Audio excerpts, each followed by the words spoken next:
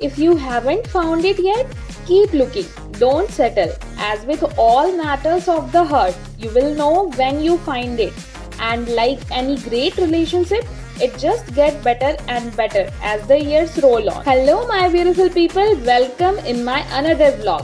तो जैसा कि हम सभी को पता है कि जो अनएम्प्लॉयमेंट है वो हमारा एक टेम्पररी फेज है और अपनी मेहनत और बहुत सारे क्रिएटिव आइडियाज से हमें अपने रास्ते खुद बनाने हैं और अपने सपने भी खुद पूरे करने हैं। तो मेहनत और डेडिकेशन के साथ हमें अपने स्किल्स और नॉलेज को भी कॉन्स्टेंटली अपग्रेड करते रहना चाहिए। आज डे नंबर 28 है DSSB के 90 डेज चैलेंज का। आई होप आप सभी की प्रिपरेशन भी DSSB की बहुत अच्छी चल रही होगी। तो आज का व्लॉग बहुत ज़्यादा इम्पॉर्टेंट है क्योंकि आज मैंने कई सारे इसमें अपडेट्स शेयर किए हैं, जैसे कि यूपी में बहुत सारी वैकेंसीज देखने को मिली हैं, तो उसके बारे में भी मैं आज के व्लॉग में डिस्कस करने वाली हूँ।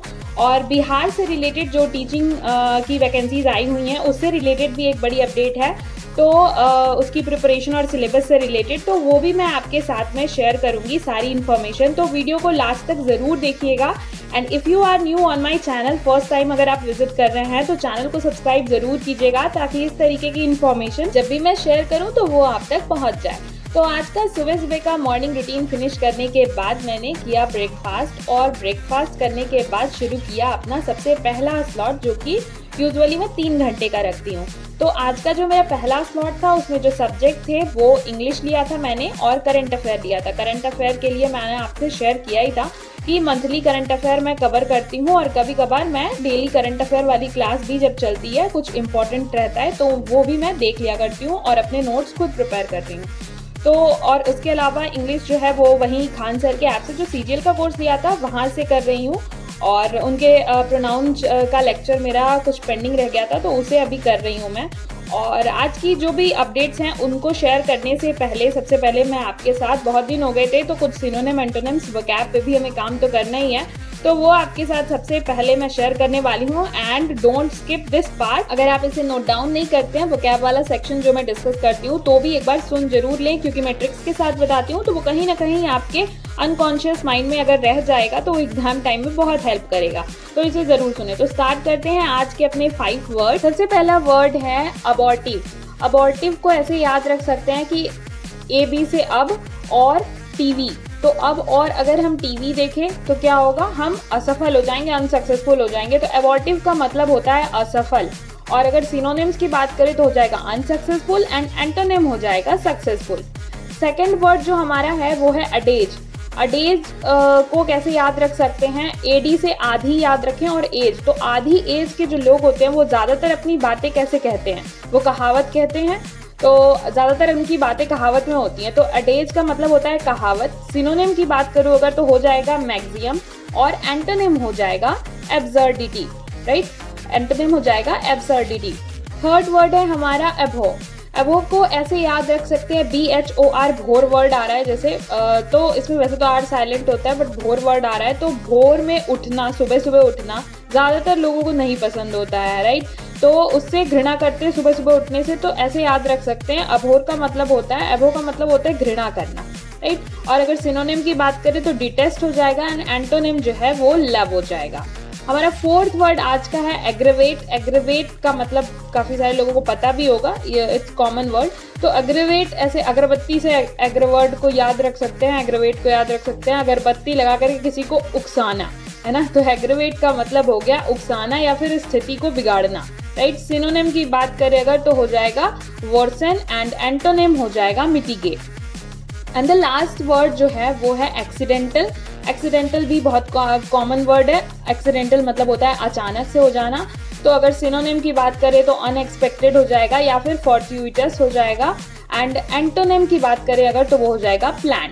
तो ये थे आज के 5 वर्ड्स जो कि आई होप आपको याद हो गए होंगे। एंड एक वर्ड आप सभी के लिए एबिसिडेरियन। वैसे इसका मतलब मैंने पिछले व्लॉग में आपको बताया भी है जब मैं डिस्कस करी थी, तो अभी आपको कमेंट में बताना है कि एबिसिडेरियन का मतलब क्या होता है। So now let's discuss about what's the notification. जो इतनी सारी नोटिफिकेशंस आई हुई हैं जिन पे बात करना है, तो सबसे पहले अगर मैं बात करूं बिहार वाले नोटिफिकेशन की, तो ज़्यादा कुछ नहीं, छोटा सा एक ट्वीट है जो अतुल प्रसाद जी की तरफ से किया गया था आज, तो उसमें ये था कि देखिए सिलेबस तो इन लोगों ने कहीं मेंशन किया नहीं है, डिटेल्ड सिलेबस वगैरह नहीं दिया है, तो उन्होंने साफ साफ मतलब जो ट्वीट किया उसमें कहने का मतलब ये है कि एनसीईआरटी बेस्ड जो भी आपके सब्जेक्ट्स सिलेबस रहेंगे, जो भी आपके एनसीईआरटी जिन सब्जेक्ट्स की चलती हैं, जो पढ़ाया जाता है, वो टॉपिक रहेगा।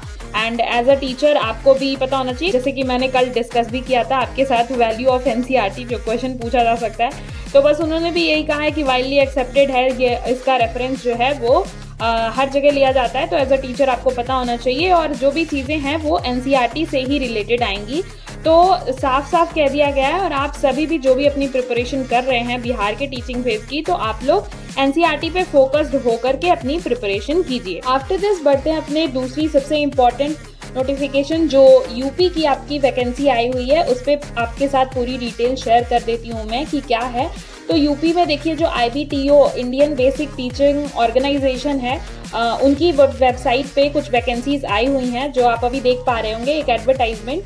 तो यहाँ पे आपकी टीचिंग वैकेंसी आई हुई है, जो कि बेसिक टीचर, सेकेंडरी टीचर और स्किल टीचिंग की पोस्ट पे ये आपकी वैकेंसी आई हुई है, और टोटल 8314 पोस्ट पे वैकेंसीज हैं जो भी है ये। और अगर मैं बात करूँ एज लिमिट की, तो इसमें एज लिमिट जो है 21 से लेकर के 45 है सभी पोस्टों के लिए। बाकी इसमें आपको दिख रहा होगा अलग अलग पोस्ट की अलग अलग जो वैकेंसीज हैं वो क्लियरली दी हुई हैं, और अलग अलग डिटेल नोटिफिकेशन मैं आपके साथ टेलीग्राम पे शेयर कर दूंगी। और वेबसाइट जो है कहाँ से आप फॉर्म फिलअप कर सकते हैं वो आपके साथ लिंक डिस्क्रिप्शन में भी डाल दूंगी, और आप टेलीग्राम पे भी मैं जो फुल PDF वगैरह है वो शेयर कर दूंगी, आप वो ग्रुप मेरा ज्वाइन कर सकते हैं।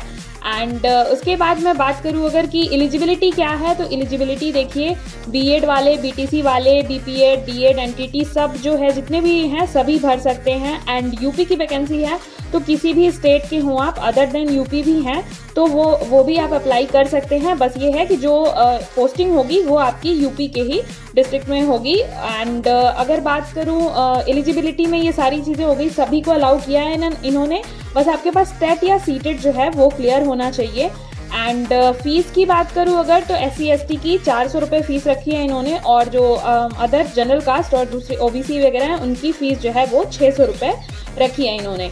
तो इसमें जो है किसी तरीके का कोई एग्ज़ाम नहीं है, इंटरव्यू बेस्ड है, मतलब ये कॉन्ट्रैक्चुअल एक तरीके से आई हुई है, लेकिन ठीक ठाक सैलरी है, 23,000 के करीब सैलरी है। तो अगर जितने लोग भी पूछ रहे थे, जैसे कस्तूरबा गांधी या इधर उधर सर्च कर रहे थे, तो उनके लिए एक अच्छी जो है अपॉर्चुनिटी है। और यहाँ पे जो कॉन्ट्रैक्चुअल टीचर है वो आप 5 साल तक जो है वो पढ़ा सकते हैं, तो अच्छी अपॉर्चुनिटी है। अगर आप चाहें तो फिलअप कर सकते हैं, जो इनकी वेबसाइट है www.ibto.org.in है ना, और 15 जून इसकी लास्ट डेट है। बाकी अगर कोई और डाउट रह गया हो तो आप कमेंट सेक्शन में पूछ सकते हैं। So after completing my second slot, मैंने थोड़ा सा अपना शाम के टाइम एंजॉय किया, मी टाइम स्पेंड किया, एंड आज मैंने टाइम दिया है खुद को बुक रीडिंग के लिए। तो ये बुक है the science of self realisation. अगर आप मेरे रेगुलर व्यूअर हैं तो आपको पता ही होगा मुझे बुक्स पढ़ने का शौक है, और अगर आप KBS इंटरव्यू में ये हॉबीज़ में ये कहने वाले हैं कि you are a book lover और बुक रीडिंग करना आपको पसंद है, तो डेफिनेटली आप बुक्स थोड़े बहुत पढ़ते रहिए। तो वही मैं भी कर रही हूँ। एंड वैसे भी मुझे थोड़ा थोड़ा मेडिटेशन या फिर ऐसी कुछ बुक्स पढ़ना, ताकि जिससे कि मैं अंदर से पॉजिटिव फील करूँ, वो पसंद है। आज मैं पहला चैप्टर का पढ़ रही हूँ, एंड इफ़ यू वांट कि मैं अपने इसके पहले चैप्टर का समरी जो है वो आपके साथ भी शेयर करूँ, तो आप कमेंट ज़रूर कीजिएगा। एंड आप भी ऐसे अपनी लाइफ में पॉजिटिविटी के लिए कुछ ना कुछ एक्टिविटीज़, कुछ ना कुछ बुक रीडिंग या जो भी आपको पसंद हो वो करते रहा कीजिए। And if you like today's blog, so please show your love to my video. Thank you so much for watching.